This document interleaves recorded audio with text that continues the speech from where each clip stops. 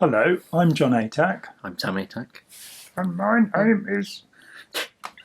do you have a title for this lovely fellow? We're going to put him to one side a little bit because we do have actual photographs. In fact, I think you titled this one after... Oh, did I? Yeah. What did I call it? I can't remember. You can't remember. This is a great start. This is a great start, yeah. Rational expectations. Rational expectations, which is an idea in economics that you presume that if everybody is a rational actor and works upon the best possible information, you can predict what will happen economically. Mm. This was accepted by Margaret Thatcher. Yeah, and if everybody acts selfishly. Yep, that's the other aspect of it, that you expect that everybody will act in their own self-interest, which will be enlightened. Which I figured inevitably leads to this. The exploitation of people who are considered less able. I did this by making some dements here, like a head with one leg and a body with one leg. Mm. And their work, their labour, their suffering is given so that people like this, well, can do whatever they want at all times. Originally, when making this piece, I was going to give him a crown instead of the horns, but as I was making it, it seemed more appropriate. What the hell? Yeah, what the hell? Quite literally. I mean, you having watched this, Sam's been... He started making origami when he was 4 years old. He's had the great good fortune to have a Japanese aunt, Hitomi, who was a wonderful person and is sadly no longer with us. And he started folding. And you go to school, and when you're in school, if there are any teachers watching, it is known psychologically that if people fiddle with their hands and daydream, they're more likely to actually acquire information. So telling them to pay attention actually isn't necessarily useful. So you would fiddle with your hands, you'd make little bits of origami. And how much encouragement did you get for this from teachers? If they'd see it, they'd take it off me and they'd throw it in the bin. There was one teacher who, instead of throwing it in the bins, would take it and keep it. But I was still quite annoyed by that. And your friend Rio would go and rescue things. I'd go and rescue things from that. Yeah.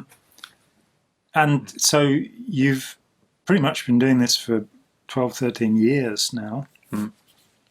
And got into incredibly complicated fold structures. How many folds would you get to at the peak of your madness?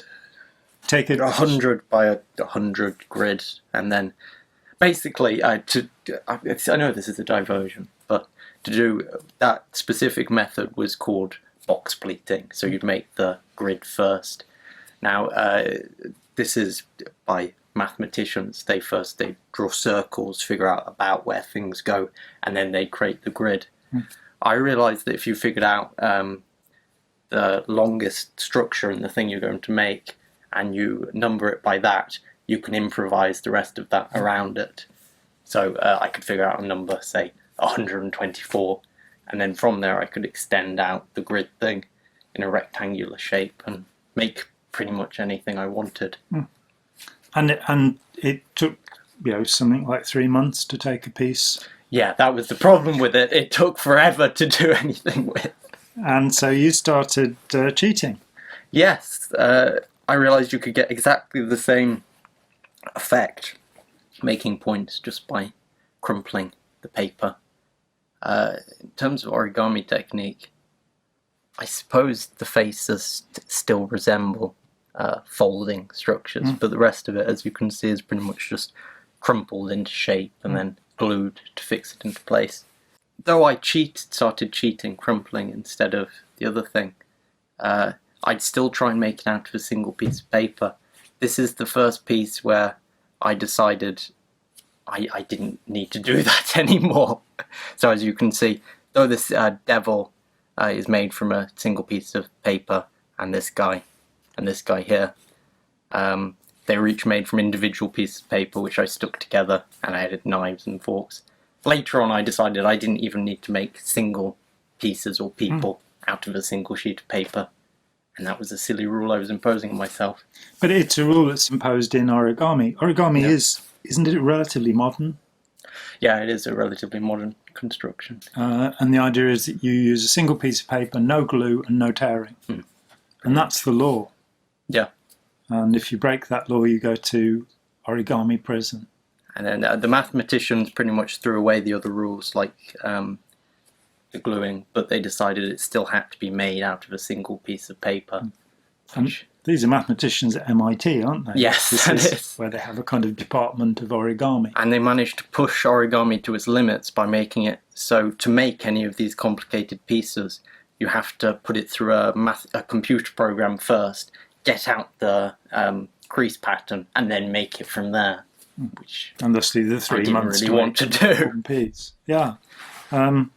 Okay, so we'll take a quick bit. Be back in a minute, though. Actually, it could be a week before you get to see it, or if they're all up, you can watch them all. It's very confusing, isn't it? The way that time compresses once you've got a YouTube channel. It's weird. Thank you very much. I'm John Atack. Sam Atack.